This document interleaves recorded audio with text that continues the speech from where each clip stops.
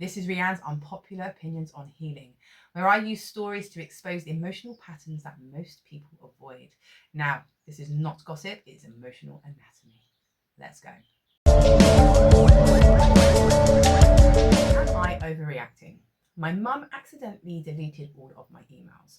So OP is a 20-year-old woman and she lives at home with her parents. She tells us that the night before, she'd gone to bed, everything was normal, woke up and her mum had deleted everything, like 3,000 emails. And it was a lot of important emails in there, things for her uni, login details, lots of things that she really needed. She didn't get too stressed. She was just like, okay, mum, just don't do anything else. I will be able to, reboot it and get it all back later on. Went for an appointment, came back, and she'd received an email from her honours advisor, just questioning, like being confused by an email that had been sent. And it came to her knowledge that her mum had forwarded something to one of her advisors. And her reason was, oh, I was trying to get all these emails back. And when she got annoyed at her mum was just like, if you'd cleaned it all up already, I wouldn't have to go through your junk folder. I wouldn't have to go through your folder at all. Therefore, you're in the wrong. And she's asking if she is overreacting. First things first, OP is not overreacting, and neither are you. It's a response to the stimuli, right? The undercurrent of the actual problem. So the surface level conflict, we are not interested in it. We are interested in the undercurrents, because that is where we're going to be able to address the patterns and stop that drama. Because the drama, it will keep going on and on till the real issue is addressed. We're going to look at the undercurrent of consent, or the lack thereof, that a lot of us experience with the people that we are closest to. Now, I mean that in the context of family, friends, partners, and the equation people seem to create of, because we are close, there is a permanent approval, to everything. It's like blanket approval to everything. I don't need to ask you this because we're that close to each other. And all of us know that that's not right. Okay, straight away reading the story, mum diving into OP's emails. Maybe mum once was given permission to go in there, but that doesn't mean that she can go in there whenever she fancies, right? Because this is something that's really common, particularly in established relationships, where people kind of forget that there needs to be boundaries, as consent is a form of respect. It's not just a formality. Please may I use your computer? Please may, a box to be ticked or something like that. We know that that's not true. Consent needs to be updated all of the time, consistently, every single time. Every time someone wants to have access to your body, to your space, to your information, to you, that whole circle, that whole orbit, consent needs to be asked every single time. So if you go to the hospital, for example, the doctors are going to go, is it okay if I do this? Is it okay if I do that? You will sign the paper. If a kid goes on a school trip, you give consent. Yes, they can go somewhere where they go on the bus, access to your files, anything, all these kind of things need that constant approval, constant permission. So when it comes to us personally and ourselves, where do we stand in rehashing and renewing that consent? So the bigger issue that we've got is assuming complicit consent, where the people that we are closest to assume that they can do something because they had permission in the past. You've given someone a key and you said, last week Saturday, go in to feed my cat. It doesn't now mean just because they've still got that key, they can walk into your house without that permission. Now, I know a lot of us will be like, right, but some of us, we're in places where it's like family members. How can you say, give me that door key back? Get out of my emails, like OP. It's something that can cause conflict. And a lot of us don't want to get to that place where we have to argue with people, where we have to say, this is my boundary. Assuming consent will erode your relationships. Like 100%, it will erode your relationships. It is based from miscommunication. It is based on misinterpreted non-verbal cues. Just because someone doesn't say anything doesn't mean that that's an okay. Just because they haven't said anything because, you've stepped into their house when they weren't invited to do so, doesn't mean that that is a yes, okay? And now we know with any type of consent, no or silence isn't a yes. If you don't say yes, then there you go, you haven't got permission, okay? Because when it comes down to it, Consent is permission. And if you don't have permission for something, you need to take a couple of steps back and ask for it. Okay. And there's always going to be the yes or no. And we should have that ability to say, no, I don't want you to come over to my flat today. I am tired, whatever. No, I don't want you to touch me. No, I don't want you to access my files, my private information, because I don't want to. And you don't even have to give a reason for that. And that's the thing that comes back to that idea of conflict, because you're so close to people, and people kind of, I don't know, feel like they not necessarily own you, but they're a part of you, right? Especially like, let's say it's your sibling. You've known them for your whole life and you can be really, really close to each other. So then when you're saying like, actually, no, back up, that can actually make that person go, oh, hang on, there's a conflict I wasn't thinking about. So I don't know what that hand was, but that's that, and who wants to be the instigator for that? Especially when it's people who overstep the boundaries regularly. Yeah, we all know that person. We all know them people who rely on others' silence to be able to get away with things. And it doesn't mean that they're, awful, horrific people. It doesn't mean it's all very dramatic, but people who kind of just take advantage because they are playing on the idea that they know you don't want to cause conflict. So they're going to push it a little bit. But that, again, is not reason enough to not ask for consent.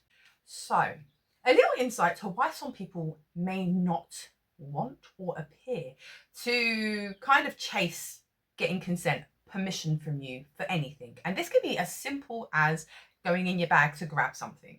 And I know that sounds simple. I mean, it's not simple because that's still an invasion of your privacy. However, it doesn't have to be a really big drastic thing. Consent can be for tiny little things. But when people are assuming that kind of consent, it can also be, and now this is not justifying it, right? Permission is needed for anything. And I don't want you ever to feel that just because you're, the mum, because you're the younger brother, because you're the younger person in a group of people, it doesn't mean be afforded that respect or authority in your own life. And now this is where it comes down to, okay? It's about having authority in your own life. It doesn't matter what the situation is. People need to ask you to be in your space, to touch you, to use things that you have. I really want you to understand that everyone needs permission from you, okay? It doesn't matter who they are. They could be the King of England. They still need your permission for anything that happens within your body, within your proximity, okay? Clear. So there can be reasons why people don't keep asking us permission. Now, it doesn't mean that it's okay. It's just gaining a little bit of foresight on other people's perspectives, which it could be stuff like being awkward, feeling quite awkward in asking you for things. Maybe they're embarrassed to be relying on you for something, to be asking you again. It's quite a vulnerable space. So maybe they just didn't ask and they just do it, because then if they do it and you don't say anything, this whole idea of non-verbal consent, which is questionable, look, eyebrow risen, that will make it easier. We can also consider boundary aversion as another reason why some people will not ask for consent, particularly when it's like family, friends, someone who's really close to you. Boundary aversion often stems from childhood, where when they were expressing their needs, it was often met with neglect, punishment, or dismissal. Now, this can account to when, as adults, we feel fear of rejection, fear of abandonment, and fear of conflict. Now, it doesn't mean that you're going to be causing conflict with a person when you say no, but remember that idea of you asking for something, someone saying no, and then it makes you feel a bit weird, because you didn't expect them to say no. Again, it doesn't mean, this doesn't justify people not asking for consent. But what I think we have to also be quite focused on is that not everything is done to be horrible. Not everything's done to undermine you. Yes, there are the people who will not ask your consent, not ask your permission, and just, I don't know, go into your bedroom, you're living at home with your siblings, go into your room and take your stuff, okay? There are people who will do that confrontation and know that you're not going to say anything, so they're just going to do it.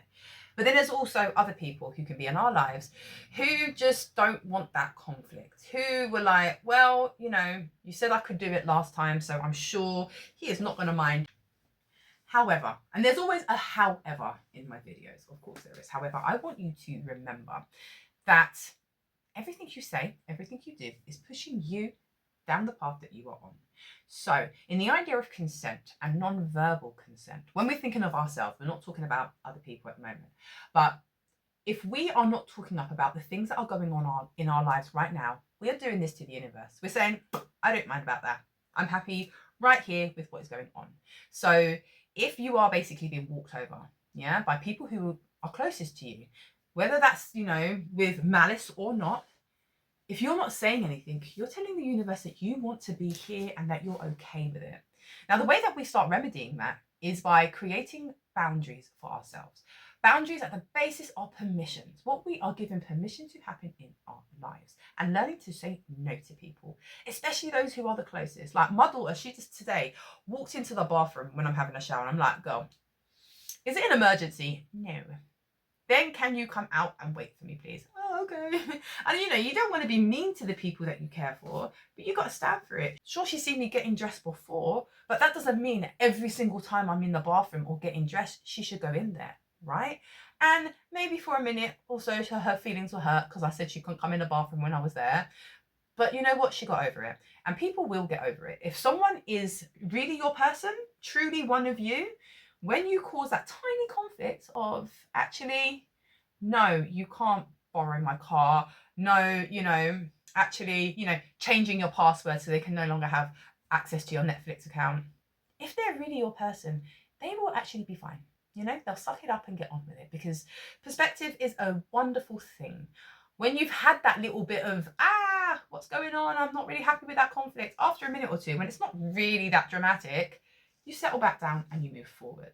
However, if you lay a permission down, you lay a standard, a boundary, and that person who is close to you kicks off, gives you the silent treatment, causes drama, they are not your person, and you don't need to be there with them.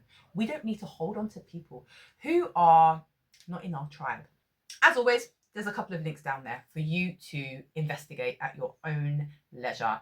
We're looking at the topics of creating boundaries and consent. So yeah, dip your toe in, have a look. And if you find anything yourself, because maybe those don't give any interest to you, if you find anything interesting, please do pop it down in the comments, because something that you find may open a whole rabbit hole for somebody else. And that's what we're here about. We're here about supporting and bringing everybody else along with us. Now, as always, you don't have to do the question, you don't have to journal, you don't have to do any meditations.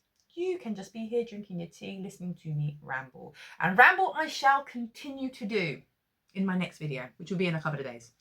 So if you feel so inclined, please press that bell down there and you'll be notified when that video does come out. And if you also feel so inclined, please like and subscribe to become an official part of the community, because we want you here to hear another rambling of mine.